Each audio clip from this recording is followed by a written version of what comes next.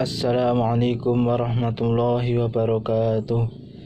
Saya Muhammad Ilyas Muzaki dari kelas Ilmu Al-Quran dan Tafsir akan merusum 7 materi. Yang pertama adalah perbedaan Al-Quran dengan hadis qudsi. Materi kedua, pewahyuan Al-Quran. Materi ketiga, sejarah pembukuan dan pembakuan Al-Quran. Materi keempat, kemu'jizatan Al-Quran. Materi kelima, asbabun nuzul. Materi keenam, ilmu Al-Quran yang berupa munasabat. Materi ketujuh, Makki dan Madani. Materi pertama adalah definisi Al-Quran dan perbedaannya dengan hadis qudsi.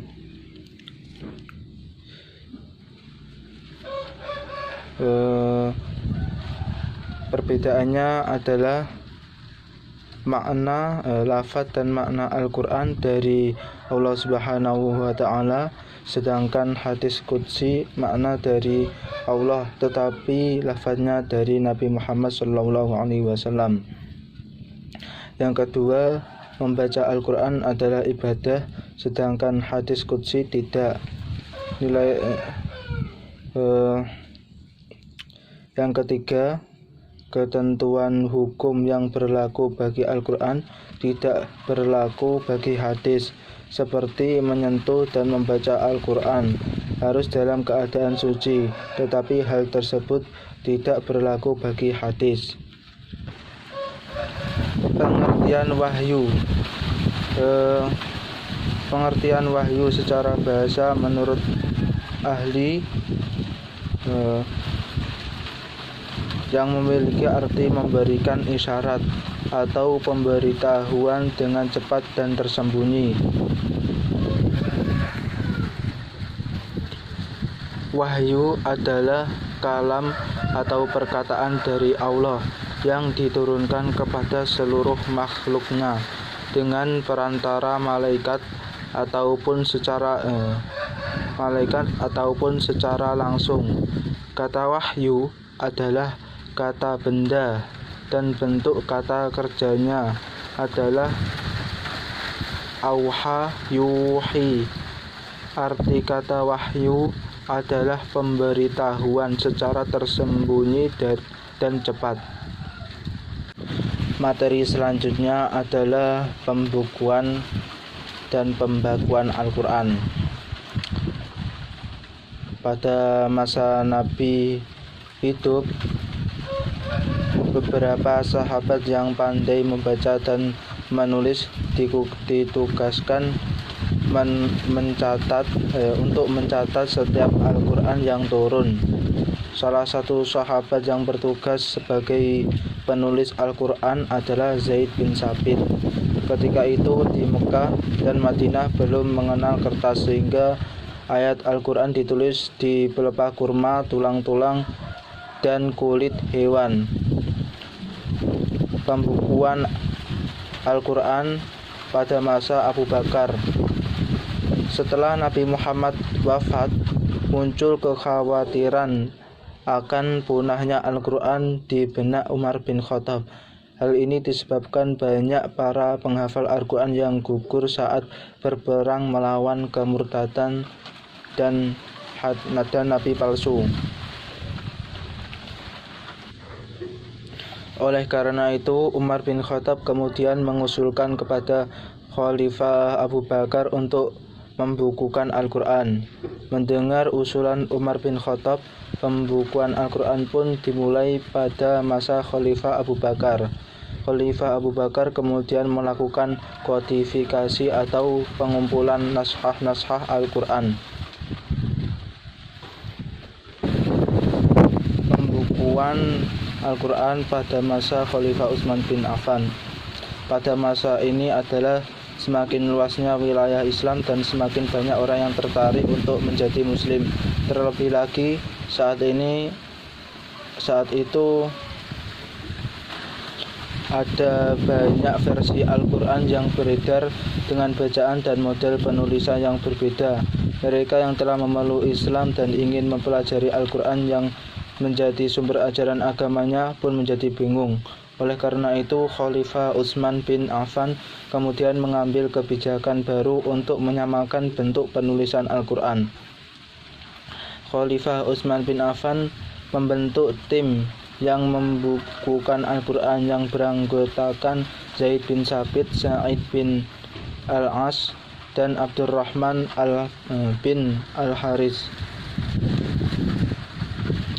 Proses kodifikasi era Khalifah Utsman bin Affan melahirkan suatu ilmu Al-Quran yang dikenal dengan ilmu Rasm Al-Quran dan ilmu Rasm Al-Utsman.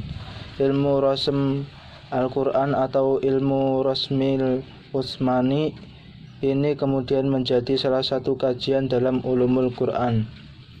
Pembukuan Al-Quran akhirnya selesai, yang mana salinan mushaf asli Al-Quran di masa Khalifah Utsman bin Affan terkenal dengan nama Mushaf Utsmani.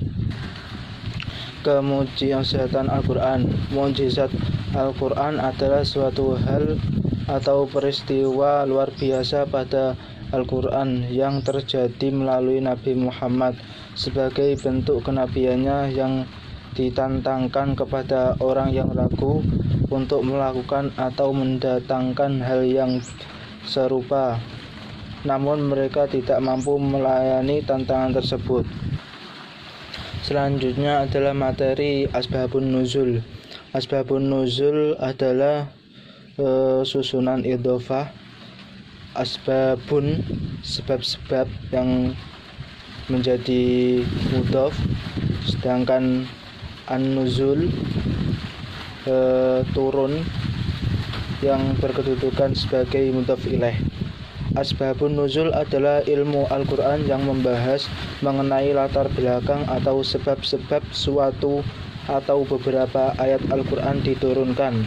Pada umumnya, asbabun nuzul memudahkan para mufassir untuk menemukan tafsir dan pemahaman suatu ayat dari balik kisah diturunnya ayat itu. Selanjutnya adalah materi munasabah. Munasabah ialah suatu konsep di dalam ulumul Quran yang membahas tentang pemahaman makna ayat secara komprehensif dengan menghubungkan antara ayat-ayat sebelum dan sesudahnya, antara pembuka ayat dan penutup ayat, dan antara ayat dengan nama surat yang menjadi tema sentralnya. Materi selanjutnya adalah pengertian Makki dan Madani. Berdasarkan tempat turunnya, Makki adalah sesuatu yang diturunkan di Makkah meskipun turunnya setelah hijrah. Madani adalah sesuatu yang diturunkan di Madinah. Pengertian Makki dan Madani berdasarkan serunya. Makki adalah sesuatu ayat atau surat yang ditujukan untuk ahli Makkah. Madani adalah sesuatu yang ditujukan untuk kepada penduduk Madinah. Pengertian Makki dan Madani berdasarkan waktu turunnya. Makki adalah sesuatu ayat atau surat yang diturunkan sebelum hijrah Nabi Muhammad SAW. Madani adalah sesuatu yang diturunkan setelah hijrah Nabi Muhammad SAW. Sekian dari saya. Bila ada kesalahan kata atau ucapan, saya mohon maaf sebesar-besarnya. Wassalamualaikum warahmatullahi wabarakatuh.